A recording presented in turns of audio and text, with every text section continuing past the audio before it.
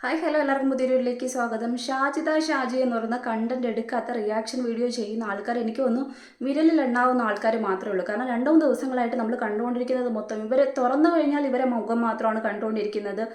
അപ്പോഴാണ് ഞാൻ ഈ വീഡിയോയെക്കുറിച്ച് കൂടുതലായിട്ട് കാണാൻ ശ്രമിച്ചതെന്ന് പറയുന്നത്. അങ്ങനെ കുറച്ചിരുന്ന് കാണുകയും ചെയ്തു.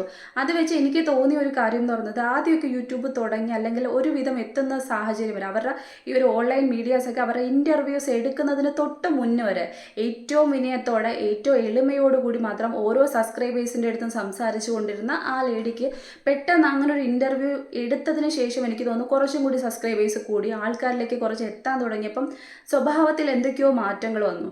നമുക്ക് പറയാറില്ലേ, നമുക്കൊരു വ്യക്തിക്ക് കോൺഫിഡൻസ് എന്ന് പറയുന്ന ഒരു സാധനം അത്യന്താപേക്ഷിതമായിട്ട് വേണ്ട ഒരു കാര്യമാണ്. പക്ഷെ അത് ഓവർ കോൺഫിഡൻസ് എന്ന് പറയുന്ന ലെവലിലേക്ക് എത്തിക്കഴിഞ്ഞാൽ അത് സ്വന്തം നിലനിൽപ്പിനെ നമ്മുടെ ക്യാരക്ടറിനെയൊക്കെ ബാധിക്കുന്ന ഒരു കാര്യമാണ്. അത്തരത്തിലൊരു ലെവലിൽ എത്തിയ കണക്കാണ് എനിക്ക് തോന്നിയെന്ന് പറയുന്നത്. ആദ്യ സമയത്ത് അവരുടെ ഭർത്താവിൻ്റെ മരണം, ഈ പറയുന്ന കുട്ടികൾ 5 പേരുണ്ട്, അവർ യത്തീംഖാനയിൽ മൂത്ത കുട്ടികൾ നിൽക്കുകയാണ്, അപ്പം തന്നെ നോക്കാനുള്ള സ്ഥിതിയില്ല, ഇത്തരത്തിൽ ഓരോ കാര്യങ്ങൾ അവർ വ്ളോഗായി ചെയ്ത സമയത്ത് സ്വാഭാവികമായിട്ടും എല്ലാ ആൾക്കാരും അവരെ സപ്പോർട്ട് ചെയ്തതിൻ്റെ കാരണം എന്തെന്ന് ചോദിച്ചു കഴിഞ്ഞാൽ ആ 5 കുഞ്ഞുങ്ങളുടെ മുഖം ഓർത്തുകൊണ്ട് മാത്രമാണ്. പിന്നെ ഒരു ഭർത്താവില്ലാതെ ഒരു സ്ത്രീ ജീവിക്കുന്ന ആ ഒരു സ്ട്രഗിൾ, 5 കുട്ടികളെ നോക്കാനുള്ളൊരു പാട് എന്ന് പറയുന്നത് എല്ലാവർക്കും മനസ്സിലാക്കാൻ പറ്റുന്ന ഒരു കാര്യമാണ്. മനസാക്ഷിയുടെ പേരിൽ മാത്രമാണ് ഒരുപാട് സബ്സ്ക്രൈബേഴ്സ് അല്ലെങ്കിൽ അവിടെ വീഡിയോ ഇട്ട സമയത്ത് ഒരുപാട് ആൾക്കാർ വന്നിരുന്ന് കണ്ടേന്ന് പറയുന്നത്.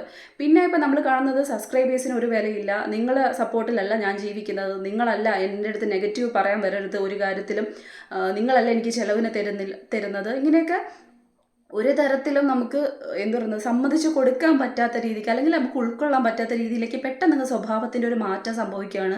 പിന്നീട് എല്ലാവരെയും വെല്ലുവിളിക്കുന്ന തരത്തിലേക്ക് മാറുകയാണ്. ഇപ്പം നമ്മൾ സംഭവിച്ചുകൊണ്ടിരിക്കുന്ന അല്ലെങ്കിൽ കണ്ടുകൊണ്ടിരിക്കുന്ന എൻ്റെ കല്യാണം കഴിഞ്ഞു എന്ന് പറഞ്ഞു.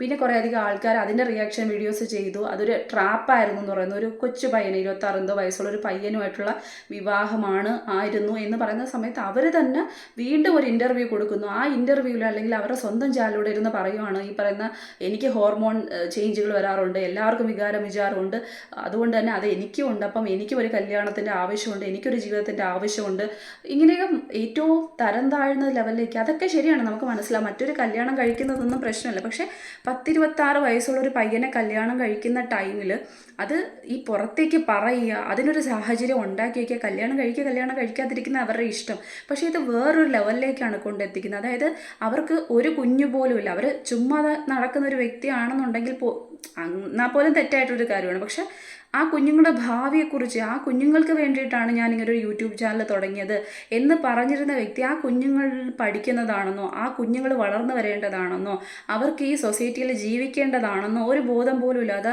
ആൻറ്റിമാരെയാണ് കൊച്ചു പിള്ളേർക്ക് ഇഷ്ടം, അതുകൊണ്ടാണെന്ന് പറഞ്ഞൊക്കെ അത്രയും വൾഗർ രീതിയിലാണ് അതിനെ ചിത്രീകരിക്കുന്നത്. സ്വന്തമായിട്ടങ്ങ് സ്വയം ചവിട്ടി തയ്ക്കാൻ വേണ്ടി എറിഞ്ഞു കൊടുക്കുന്ന അവസ്ഥയിലേക്ക് എനിക്ക് തോന്നുന്നു മനോനില തെറ്റിയവർ പോലും ഇത്തരത്തിൽ സംസാരിക്കത്തില്ല. അങ്ങനെ സംസാരിക്കുന്നതായിട്ടാണ് എനിക്കത് ഫീൽ ചെയ്തതെന്ന് പറയുന്നത്. പിന്നെ ഇപ്പം കുറച്ചധികം വീഡിയോസ് വരുന്നു, അത് പറയുന്നത് 2 റിലേഷൻസ് ഉണ്ടായിരുന്നു എന്ന് പറയുന്നു. അതിൽ ആദ്യത്തെ പയ്യന് വേറൊരു കല്യാണം ഉറപ്പിച്ചത് വരെ മുടങ്ങുന്ന അവസ്ഥയിലേക്ക് പോയെന്ന് പറയുന്നു. ഇനി മറ്റൊരാളെ ഹണി ട്രാപ്പിൽ പെടുത്തിയതാണ്, മെഹറിൻ്റെ കാര്യങ്ങൾ പറയുന്നു, അതിന് പൈസ ഇങ്ങോട്ട് വാങ്ങിച്ചതാണെന്ന് പറയുന്നു. പക്ഷേ ഇതിനിടയ്ക്ക് വരുന്ന മറ്റു ചില കാര്യങ്ങളുണ്ട്. അതായത് ഈ സ്ത്രീ തന്നെ അതിൽ അങ്ങോട്ട് ഗിഫ്റ്റുകൾ കൊടുത്തിട്ടുണ്ട്. അപ്പോൾ ആ ട്രാപ്പിൽ പെട്ടത് ആ പയ്യനാണോ അതോ ഈ പെൺകുട്ടിയാണോ ഈ പെണ്ണാണോ എന്നുള്ള കാര്യത്തിൽ വീണ്ടും വീണ്ടും സംശയം ഉണ്ടാവുകയാണ്. എനിക്ക് തോന്നുന്നു ഒരുപക്ഷെ ഈ 5 കുട്ടികളെ പോറ്റുക, ഇതെങ്ങോട്ട് മുന്നോട്ട് കൊണ്ടുപോകും, എനിക്ക് യാതൊരു തുണയുമില്ല, എനിക്ക് ആരും സപ്പോർട്ടില്ല, ഒരു കുടുംബ ബന്ധങ്ങളും ഇല്ലാതാവുന്നു, അല്ലെങ്കിൽ എല്ലാവരുടെ മുന്നിൽ ഞാൻ തോറ്റു പോകുന്നു, ഇങ്ങനെ എന്തൊക്കെയോ ഫ്രസ്ട്രേഷൻസോ എന്തൊക്കെയോ കാര്യങ്ങൾ ആ പെൺകുട്ടിയെ ഭയങ്കരമായിട്ട് വേട്ടയാടുന്നു എന്ന് തോന്നുന്നു. അപ്പോൾ അതുകൊണ്ട് തന്നെ എനിക്ക് തോന്നിയൊരു കാര്യമാണ്, ഒരുപക്ഷെ എല്ലാവരുടെ മുന്നിലും എനിക്ക് ജീവിച്ച് കാണിക്കണം, എനിക്കും ഒരു തുണ വേണം എന്നൊരു ലെവലിലേക്ക്, ആരായാലും അത് കുഴപ്പമില്ല എന്ന ലെവലിലേക്ക് നിന്ന സമയത്ത് എനിക്ക് തോന്നുന്നു കുറച്ച് ചിലപ്പോൾ ആൾക്കാർ മുതലെടുക്കാൻ ശ്രമിച്ചിട്ടുണ്ടായിരിക്കും. അങ്ങനെയാണല്ലോ സ്വാഭാവികമായിട്ട് നമ്മൾ കേട്ടിട്ടുള്ളതാണല്ലോ, ഈ ഭർത്താവൊക്കെ മരിച്ച സ്ത്രീകളെ പെട്ടെന്ന് തന്നെ ചൂഷണത്തിലേക്ക് വിധേയമാക്കാനും അല്ലെങ്കിൽ മുതലെടുക്കാനും കഴിയുന്ന ഒരു സൊസൈറ്റി തന്നെയാണ് നമ്മുടെ എന്ന് പറയുന്നത്. എന്ന് വെച്ചാൽ ആ പെൺകുട്ടിയെ പെങ്കൊച്ചിനെ ന്യായീകരിക്കല്ല ഞാൻ ചെയ്യുന്നത്, അത് കഴിവേടാണ് സംഭവം എന്ന് പറയുന്നത്, അങ്ങനെ നിന്ന് കൊടുക്കുന്നത്. പക്ഷേ എനിക്ക് തോന്നുന്നു ചില മാനസികാവസ്ഥകൾ തെറ്റുന്നൊരു സിറ്റുവേഷനിൽ ചിലപ്പോൾ അങ്ങനെ പറ്റിപ്പോയതാവാം ചിലപ്പം. അതല്ലെന്നുണ്ടെങ്കിൽ അത് കേട്ട സമയത്ത് എനിക്ക് അങ്ങനെയാണ് തോന്നുന്നത്. ഇപ്പം കുറച്ച് മുന്നേ നോക്കിയ സമയത്ത് കേൾക്കുവാണ്, എൻ്റെ കല്യാണം കഴിഞ്ഞിട്ടില്ല, കല്യാണം കഴിയാത്ത അല്ലെങ്കിൽ ഈ പറയുന്ന ഭർത്താവ് മരിച്ച് അങ്ങനെ തന്നെ കണ്ടിന്യൂ ചെയ്തുകൊണ്ടിരിക്കുന്ന ഒരു സ്ത്രീക്ക് സൊസൈറ്റിയിൽ നിന്ന് ഒരുപാട് വൃത്തികെട്ട രീതിക്ക് കേൾക്കേണ്ടി വരും, അല്ലെങ്കിൽ ഈ പറയുന്ന ഫോൺ കോൾസ് ആയാലും അങ്ങനെ കുറേ കാര്യങ്ങളൊക്കെ വരാൻ ചാൻസ് ഉണ്ട്.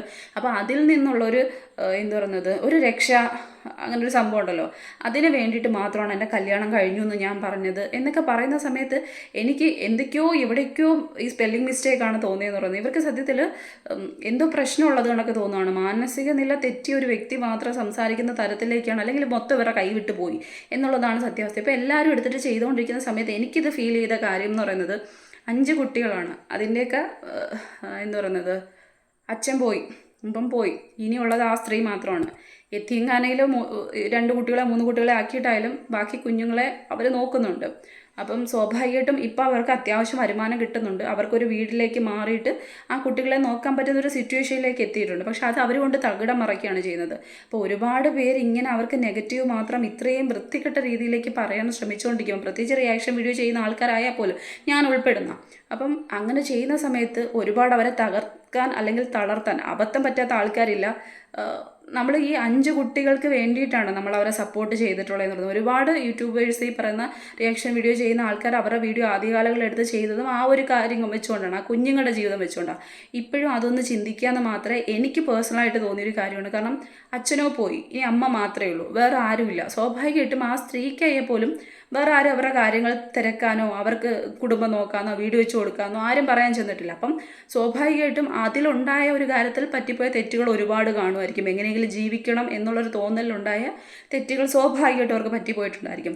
പക്ഷെ അത് തിരുത്താനൊരു സമയം കൊടുക്കുക എന്നൊരു സംഭവമുണ്ട്. ഒരു ജീവൻ പോയി കഴിഞ്ഞാൽ നമുക്ക് അതിനെ പിടിച്ചിർത്താൻ പറ്റത്തില്ല. അപ്പം ഒരുപാട് കുറ്റപ്പെടുത്തലും ഒരുപാട് എങ്ങനത്തുള്ള ലേഡി ആണെന്നോ അല്ലെങ്കിൽ എത്രത്തോളം മാനസികമായിട്ട് അവർക്ക് സ്ട്രോങ് ആയിട്ടുള്ളതാണെന്നോ ഒന്നും എനിക്കറിയത്തില്ല. പക്ഷേ ഞാൻ പറഞ്ഞല്ലോ, ഞാൻ 5 കുട്ടികളുടെ മുഖം മാത്രമാണ് ആലോചിക്കുന്നത്. അപ്പം എന്തെങ്കിലും ഒരു കാര്യത്തിൽ അവർക്ക് ഇങ്ങനെ തോന്നി ഒറ്റ സെക്കൻഡ് മതിയല്ലോ ഓരോന്ന് ചെയ്യാൻ വേണ്ടിയിട്ട്. അപ്പോൾ അങ്ങനെ പോയി കഴിഞ്ഞാൽ ആ 5 കുട്ടികൾക്ക് പിന്നെ അമ്മ എന്ന് പറയുന്ന ആ ഒരു പൊസിഷൻ കൂടിയാണ് ഇല്ലാതാവുന്നത്. അച്ഛനും പോയി അമ്മയും പോയി കഴിഞ്ഞാൽ ആ കുഞ്ഞുങ്ങൾ പിന്നെ പൂർണ്ണമായിട്ടും അനാഥരായിട്ട് മാറിപ്പോവും. അപ്പം അതിന് വേണ്ടിയിട്ടെങ്കിലും പരമാവധി അറ്റാക്ക് ചെയ്യുന്നത് കുറയ്ക്കാന്നിട്ട് അവർ ചെയ്തത് തെറ്റല്ല, അവർ ചെയ്തുകൊണ്ടിരിക്കുന്ന അവരുടെ പ്രവൃത്തിയോ അവരുടെ പറച്ചിലോ ഒന്നും നല്ലതാണ് എന്നുള്ള തരത്തിലല്ല ഞാൻ പറയുന്നത്. നല്ലതല്ല, അതൊരു സ്ത്രീകളും ചെയ്യാൻ പാടില്ലാത്തത് തന്നെയാണ്. സ്വന്തമായിട്ട് എന്തെങ്കിലുമൊക്കെ ഈ പറയുന്ന തരത്തിലുണ്ടെങ്കിൽ അത് പുറത്ത് വിടാതെങ്കിലും നോക്കുക. അത്രേ കോമൺ സെൻസ് വേണം. നമ്മൾ പറയുന്ന ഓരോ വാക്ക് നമുക്ക് തന്നെ തിരിച്ച് അമ്പായിട്ട് വന്ന് കൊള്ളാനുള്ള ചാൻസ് ഉണ്ടെന്നുള്ളൊരു കോമൺ സെൻസ് ഇവർ ഓരോ തരത്തിലും എനിക്കൊന്ന് ഓരോ ഇൻ്റർവ്യൂസിലും ചെന്ന് കയറിക്കൊടുത്ത് സ്വന്തമായിട്ട് കുഴി തോണ്ടിക്കൊണ്ടിരിക്കുന്ന കണക്കാണ് എനിക്ക് തോന്നിയെന്ന് പറയുന്നത്. കാരണം ഒരു തരത്തിലും എന്ന് നമ്മൾ പറയത്തില്ലേ വെളിവും വെള്ളിയാഴ്ച എന്നൊക്കെ പറയത്തില്ലേ, അത് ഒരു തരത്തിലും ഇല്ലാത്തതുപോലെയാണ് അവർ സംസാരിക്കുന്നതായിട്ട് എനിക്ക് തോന്നിയത്. സ്വന്തമായിട്ട് ഇട്ട് കൊടുക്കുകയാണ്, അവർ തന്നെ സ്വയം നാറിക്കൊണ്ടിരിക്കുകയാണ്. അപ്പം അത് കൂടുതലായി കഴിഞ്ഞ് കഴിഞ്ഞാൽ ആ കുഞ്ഞുങ്ങളുടെ ജീവിതമാണ് തൊലയുന്നതെന്ന് തോന്നിപ്പോയതാണ്. ഞാൻ പറഞ്ഞല്ലോ, ഇതിനെ എടുത്തു വെച്ചിട്ട് എനിക്കെതിരെ പണിയാവാതിരിക്കാൻ വേണ്ടിയിട്ടാണ് പറയുന്നത്. ഞാനൊരു അമ്മയാണ്. അപ്പോൾ സ്വാഭാവികമായിട്ട് ഒരു കുഞ്ഞിനെ നോക്കുന്നതിൻ്റെ അല്ലെങ്കിൽ ഒരു കുഞ്ഞിൻ്റെ സുരക്ഷിതത്വത്തെക്കുറിച്ച് നമുക്കൊരു ഇത് കാണുമല്ലോ.